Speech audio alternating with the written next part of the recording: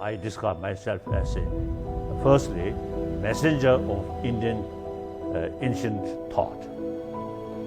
Then secondly, I consider myself as a son of India. Reason, all my sort of self. I think the other interview, I think I mentioned that in any way. You see, every brain of my, brain, every part of brain filled by Narendra thought. That's Indian thought. That this physical, over 50 years, then I think two years ago, you see, some interview, I mentioned that. Then, you see, at least over 50 years, this physical survived with Indian dals, Indian rice, Indian chapati. So therefore, mentally, spiritually, physically, I'm son of India. Then, I think I'm longest guest of Indian government.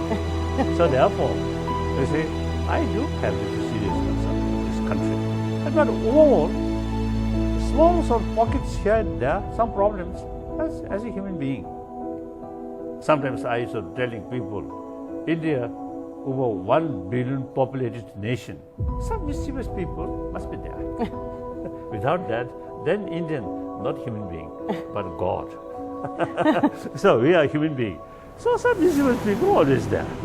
But overall, I think picture of this country, I still believe.